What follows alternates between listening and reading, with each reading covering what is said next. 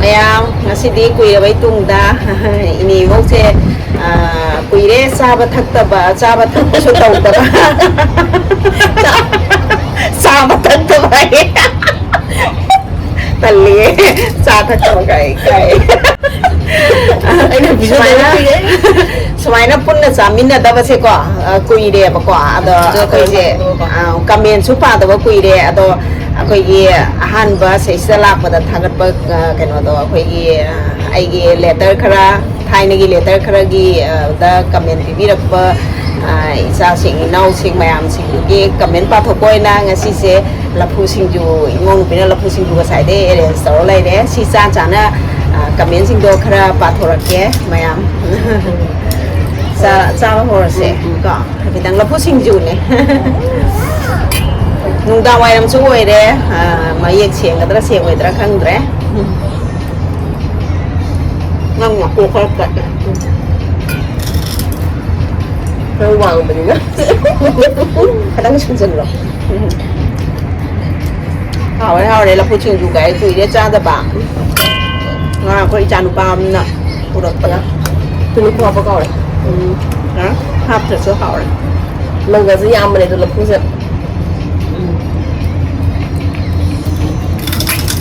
chạm tăng trình nghiệm trời ơi nó chưa đi nè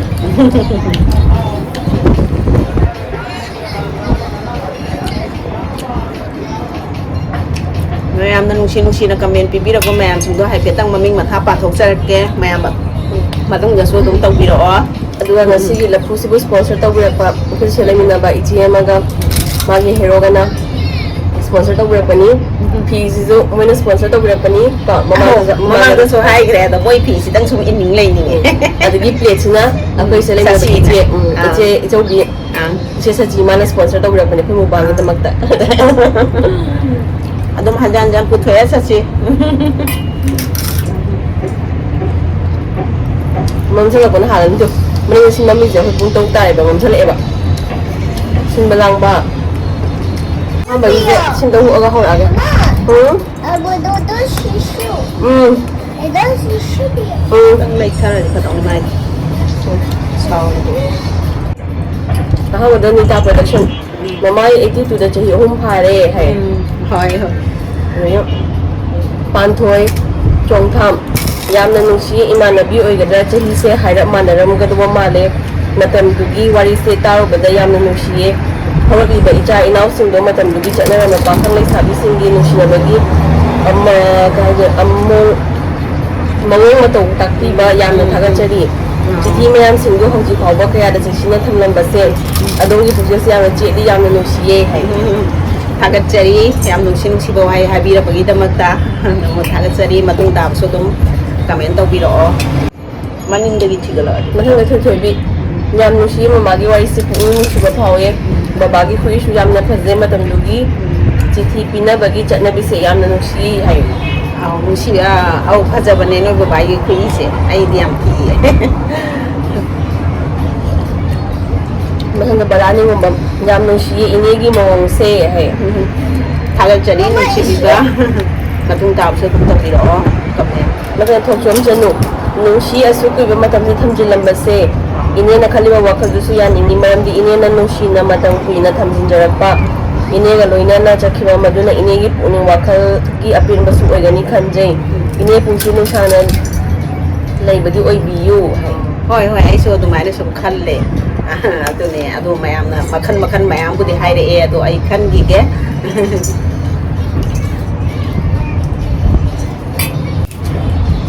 masukda yumlen bam shailabati yamna nusiye hai थागतचरी नुंसिबिगा मतुंग दसु दम तौबिरो comment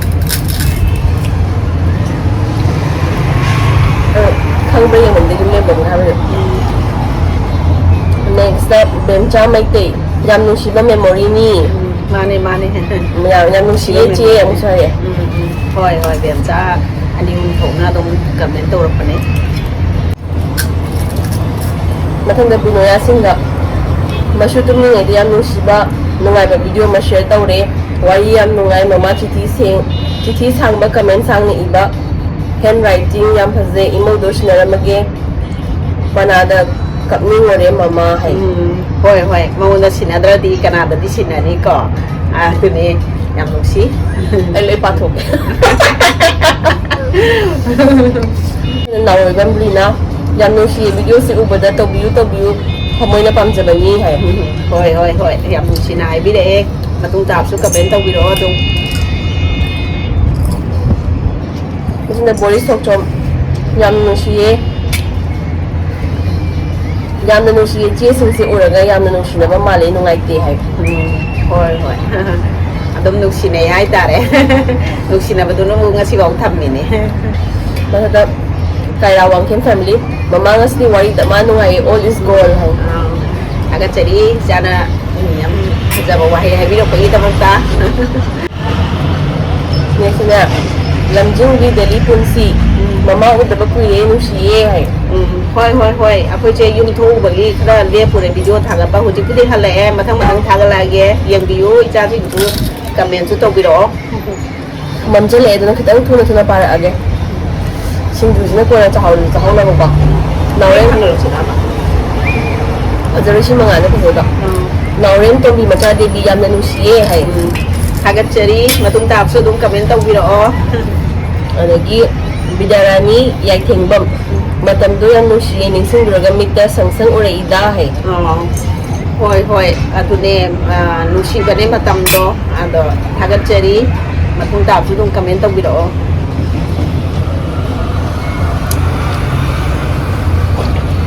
dengan dipti shuai sam mama ngasi video sidi yam nusi thani ge letter gi wai ni ne warang ganin ko mama phone ne tabanina hojika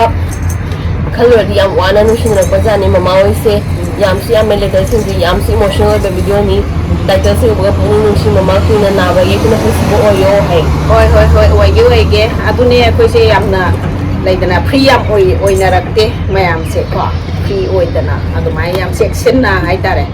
adumai na taure khangna chana ba leiraga so adune yam nuksina comment taure isa cho aga chari cham ta chimo dipti so channel lai ne atai di hayo tare adum tong san bio subscribe next ibu bishan sai ko yam nusi mama se hai aga chari chabu matung dap so dum comment tau biro Pasal language sa panam mama gi wai sham nusiye hai hoi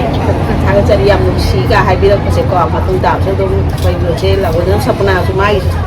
channel lai bene dum mam subscribe to sam bio atai mamang da heu da bio ga sunga pio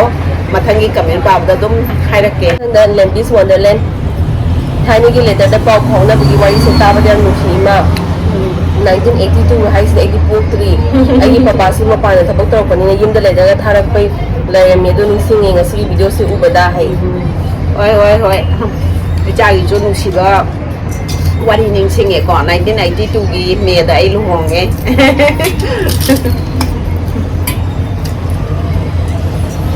baton su lai bene da baton lâu tare ai na baton da phadana lai ya ba toi ka to mathang yum thoda le ma bu video do ulla do ulla ka dai ye chi pa wa ka lai ni ni sa production mama yam nusiye hai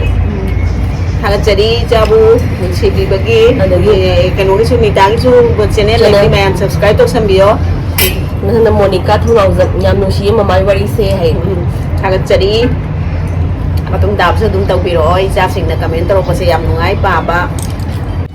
mathang da wahong radio yam nusi hai wang hong radio se yam na maming lai ba kai no ni channel ni ado apoi da comment tau bi ra bak ta thagat chari matung ta so dum ngai bi ga di comment dum tau bi ro apoi so dum yeng jage song gi channel da mathang da Dipali Devi itagi ngasi video se yamna nusi wari mai am se ta bada yamna nusi matam kuira bagi letter mai am se itane yam nusi na phadon se shina thung ba se ubada haninga ni tana nusi ba phawni mite pi ta ki bakhang hong de hai yam nusi tan ga su nusi na ga kam to bi ra pa se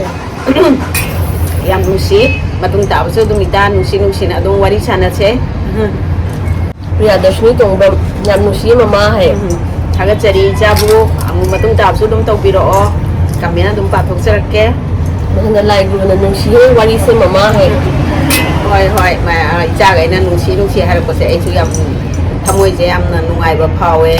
mai na ga hai bi da ko se mai na mayam kami nungsi na pi da ka ne je ai tha jaru de mi na hanu thang dai ngong sana hai da ka tra Matang dak yes na mai te mama idi puknung shiraga lai baga mama gi wari se taru bada wakan se ayo na khanjun raga kapthu e na nau yam nungsi na comment tau re adum matung da so dum nungsi na comment na dum tong na se wari sana je do dak tanwira hasan yam nungsi ko hai thagat chari matung tapsu dum tau biro bi mona ta longjab mama gi wari se yam nungsi e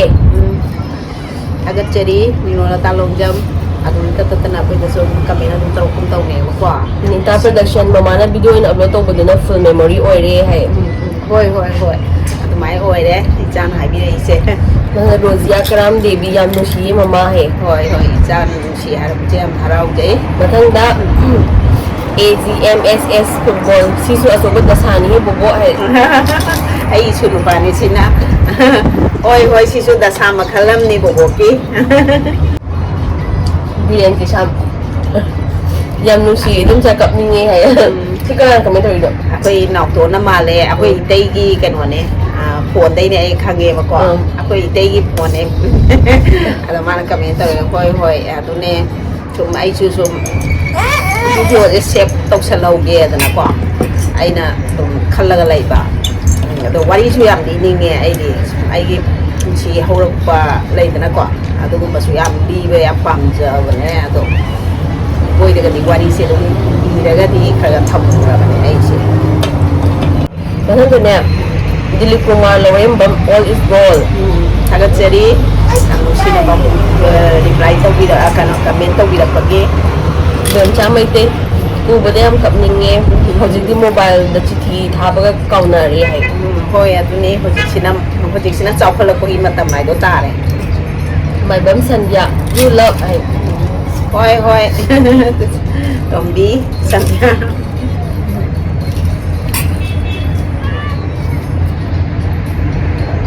thani Victoria mo yang them na love to si jai ko chu likla lai ma chanu ichim men ton hai au akoi gi indom jai ma sa ne dikla lai ma ado ma pa mo lai kai tu wong ba ne ado ma nga si ai gi channel se just mai ga comment tro ko se am ngai e ado likla lai ma dum akoi video se dum theng na ri dum comment su dum to roi si nau smai na hai te ka na ga to kan comment tro ko se am harau e koi thor ko da mathang di una se thang tan wira hasam hujing matam di le ki ko chu ka se hoi hujing matam su dum lai budi le rong gani ada matam gi satna bi hadu ta re ne ko adu wa ni adum le rong gani true love so thagat chari comment tau bi da pagi kami sang mo pa ka chao seret long jam iman na cha kari ko ba mata haizage image chithi sing do manghan diganu madu icha isu sing da phasna matang sina dina living document oina matam amada karam nu sina bada paw phongna rongge habadu ta ko ko hongdai ni yam na ma yam document so ino ora kani haina khalli hai yam phajaba comment tau bi de isa gi comment se aina dum khangjan jare ado khana rage yam si comment swai tau bi do ba matung dam so dum tau bi do thagat chari jabu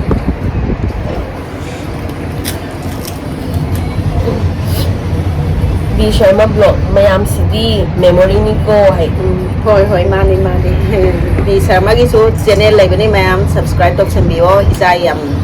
hau na cha bani sweetie hai ko zab mama gi video si maga si ka pumlup lup pida hai